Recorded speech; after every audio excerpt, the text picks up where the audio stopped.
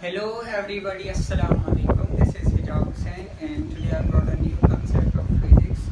आज मैं आपको एक ऐसा टॉपिक फिजिक्स से रिलेटेड बताने वाला हूँ जो कि काफ़ी पॉपुलर है and the tragedy behind this topic is it's a topic due to which Albert Einstein got a Nobel Prize.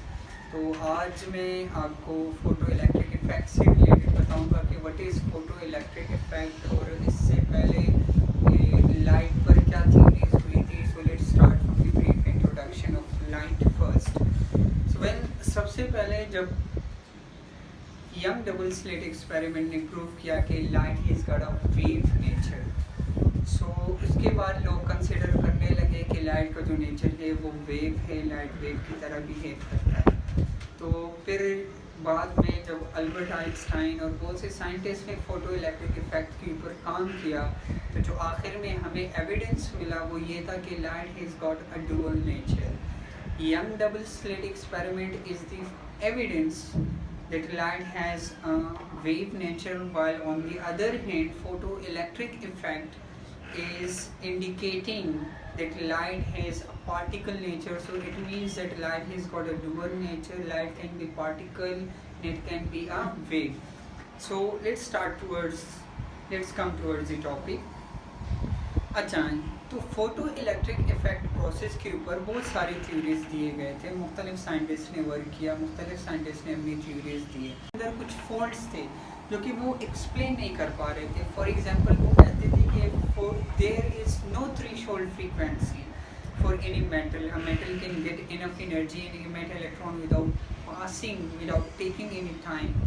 तो ये उनके कुछ गलतियाँ थी जो कि वो जिसकी वजह से वो एक्सप्लेन नहीं कर पा रहे थे कि फोटो इलेक्ट्रिक इफेक्ट एक्चुअल में क्या है. जैसे उनका कहना था कि मेटल सरफेस में कोई थ्रेशोल्ड फ्रीक्वेंसी रिक्वायर्ड नहीं होती. थ्रेशोल्ड फ्रीक्वेंसी का मतलब कि आपने किसी मेटल सरफेस के ऊपर लाइट स्ट्राइक की और वहाँ से इलेक्ट्रॉन निकले, जो कि ऐसा नहीं होता. इसके अलावा उनकी एक और खामी थी जिसकी वजह से वो फोटो इलेक्ट्रिक इफेक्ट को सही से एक्सप्लेन नहीं कर पा रहे थे. वो ये था कि वो समझते थे कि जब हम लाइट की इंटेंसिटी बढ़ाते तो जो इमिटेड इलेक्ट्रॉन्स होते या इजेक्टेड इलेक्ट्रॉन्स होते उनकी काइनेटिक एनर्जी बढ़ जाती, जो कि ऐसा नहीं होता. So let's come towards the Einstein explanation of photo electric effect on the basis of quantum physics. Quantum physics ने इस फोटो इलेक्ट्रिक इफेक्ट को सक्सेसफुली एक्सप्लेन किया जिसकी वजह से हमें कुछ आंसर मिले. सो स्टार्ट करते जर्नी के how this experiment was done. हमने एक इवैक्यूएटेड ट्यूब के अंदर हमने दो टर्मिनल्स रखे which are called electrodes, cathode and anode, और हमने हाई इंटेंस लाइट एक मेटल सरफेस के ऊपर स्ट्राइक की. सो जब हमने हाई इंटेंस लाइट को हमने किया क्या कि हमने एक मेटल सरफेस के ऊपर हाई फ्रीक्वेंसी लाइट को स्ट्राइक किया और जब हमने देखा कि उस मेटल सरफेस से इलेक्ट्रॉन निकले तो इसको जो आइंस्टाइन ने एक्सप्लेन किया on the basis of quantum physics, उनके अकॉर्डिंग हुआ क्या कि जो हाई फ्रीक्वेंसी लाइट हमने स्ट्राइक की मेटल सरफेस के ऊपर, actually what is light according to quantum theory, Max Planck's quantum theory, कि light consist of photons which is a packet of energy. तो हमने एक्चुअली किया क्या कि हमने एक एनर्जी को स्ट्राइक किया एक मेटल सरफेस के ऊपर, जिसकी वजह से अकॉर्डिंग टू अल्बर्ट आइंस्टाइन दो काम हुए.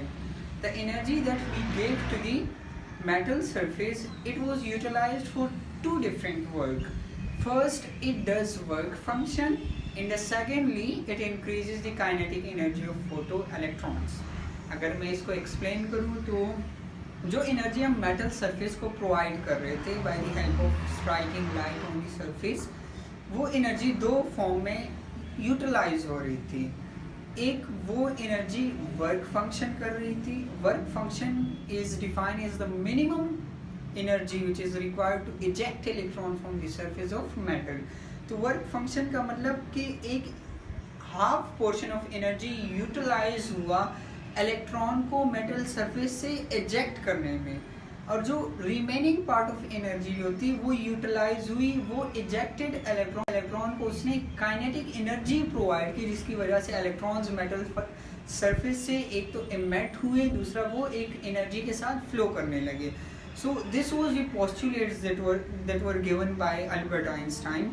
अब अगर हम मेटल सरफेस का इंटरनल स्ट्रक्चर देखें तो हो क्या रहा था कि आइंस्टाइन ने कहा कि जब हम लाइट को स्ट्राइक करते हैं मेटल सरफेस के ऊपर तो एक इलेक्ट्रॉन या तो कंप्लीट फोटोन को ऑब्जर्व करता है, जो फोटोन में एनर्जी है वो इलेक्ट्रॉन ने ऑब्जर्व की, या कोई भी एनर्जी उसने ऑब्जर्व नहीं की, क्योंकि हमारे पास जो होते हैं number of photons are less than number of electrons, क्योंकि एक मेटल सरफेस में जो इलेक्ट्रॉन्स होते हैं वो बहुत ज़्यादा पाए जाते हैं, जबकि हम जो लाइट स्ट्राइक करते उसकी अमाउंट उसमें जो फोटॉन्स है वो क्वांटिटी में कम है। तो एक इलेक्ट्रॉन एक ही फोटोन को ऑब्जर्व कर सकता है, या एक को भी नहीं कर सकता क्योंकि फोटोन की क्वांटिटी कम है। तो जब एक फोटोन इन केस एक इलेक्ट्रॉन ने फोटोन को क्या किया, ऑब्जर्व किया, एनर्जी उसके पास आई। Now electrons has two choice, या तो वो टोटल एनर्जी उस मेटल सरफेस के अंदर डिसिपेट कर जाएगा, वो कोई वर्क फंक्शन नहीं कर सकेगा, कोई इजेक्ट नहीं कर सकेगा, या तो वो फोटोन मेटल सरफेस को इजेक्ट करेगा, मेटल सरफेस को लीव करेगा और वो कुछ एनर्जी काइनेटिक एनर्जी के साथ फ्लो करने लगेगा। So these were the two conditions for electron. लेकिन